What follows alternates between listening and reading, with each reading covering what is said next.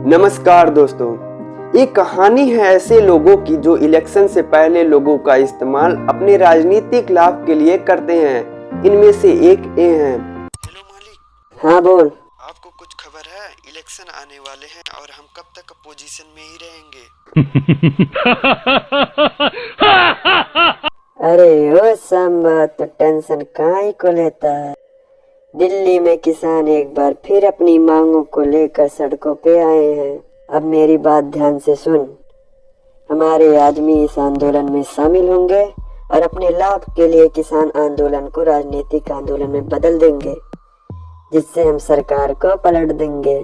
देखा आपने, जहां किसानों को भारत की इकोनॉमी के लिए खेतों की रीढ़ की हड्डी कहा जाता है, फिर भी ये लोग इन आंदोलनों को राजनीतिक लाभ के लिए उपयोग कर रहे हैं। बावजूद इसके यहाँ भूख से मरने वालों की संख्या डराने वाली है। आपको जानकर हैरानी होगी कि कई ऐसे अमीर देश हैं जहाँ खेती किसानी का नामो निशान तक नहीं है, फिर भी भूख से मरने वालों की संख्या ना के बराबर है।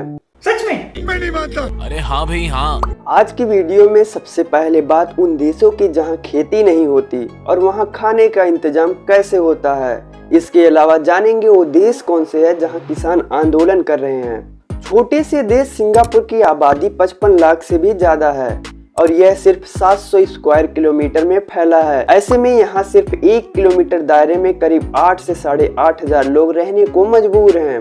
यहाँ घर तो छोड़िए जनाब, डॉर्मेट्री का किराया भी लाखों रुपए में है।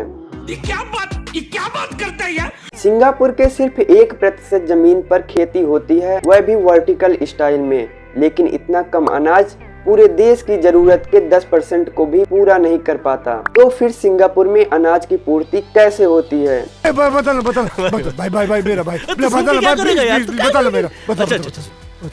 दरअसल सिंगापुर सहित मोनाको और ग्रीनलैंड जैसे देश अपने ज्योग्राफिकल कारणों की वजह से एग्रीकल्चर नहीं डेवलपमेंटल इकोनॉमिकल ग्रोथ पर निर्भर करते हैं और खाने की चीजें इंपोर्ट करते हैं। सिंगापुर ज्यादातर फूड मलेशिया, वियतनाम और थाईलैंड से इंपोर्ट करता है। फिर भी यहाँ भुखमरी और गरीबी का नामो निशान तक नहीं है। अरे वाह, ऐसा कैसे हो सकता है? वर्ल्ड पॉपुलेशन रिव्यू के रिपोर्ट के मुताबिक केवल 1% जमीन पर खेती करने वाले सिंगापुर में 1 लाख में से सिर्फ 0.17 मौतें खाने की कमी के चलते होती है। ये लगभग ना के बराबर है। वहीं भारत में जहां 54% ज्यादा एरिया सिर्फ खेती के लिए यूज होती है, वहां लगभग 1 लाख में से 18.85 मौतें भूख की वजह से होती हैं। अब बात करते हैं भारत और दूसरे देश में चल रहे किसान आंदोलनों की।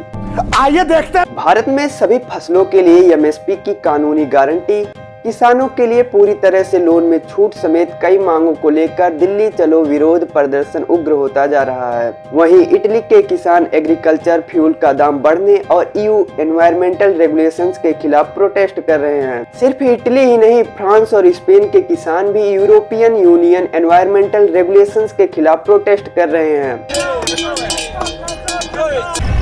मगर क्यों? सवाल है कि ईयू एनवायरमेंटल रेगुलेशंस क्या हैं और इतने देश के किसान इसके खिलाफ क्यों हैं? अरे बताता हूँ। दरअसल यूरोपीय यूनियन ने पर्यावरण को ध्यान में रखते हुए खेती किसानी संबंधी कुछ नियम बनाए हैं, जैसे किसानी में कम से कम एमिशन होने की शर्त, फर्टिलाइजर का कम से कम इस्तेमाल, फॉर्म्स को नॉन एग्रीकल्चर काम के लिए यूज करने पर जोर। इसके अलावा CAP यानी सामान्य कृषि नीति के रिवीजन पर भी वहाँ के किसानों को शक है। किसानों का कहना है कि नियमों के लागू होने से उनके आमदनी और प्रोडक्शन को बड़ा नुकसान होगा। वहीं रूस यूक्रेन जंग भी कई देशों के किसानों की प्रोटेस्ट की वजह है। यूरोपीय यूनियन ने यूक्रेन से आयात पर लगा बैन अस्थायी रूप से हटा दिया है। इससे वहां से आने वाला सस्ता अनाज यूरोपियन कंट्रीज के किसानों के लिए चिंता का सबब बना हुआ है। ऐसे में हंगरी, पोलैंड, रोमानिया जैसे देश के किसान भी विरोध में उतरे हुए हैं। सरकारी आंकड़ों के मुताबिक भारत की GDP में खेती का योगदान लगातार घट रहा है।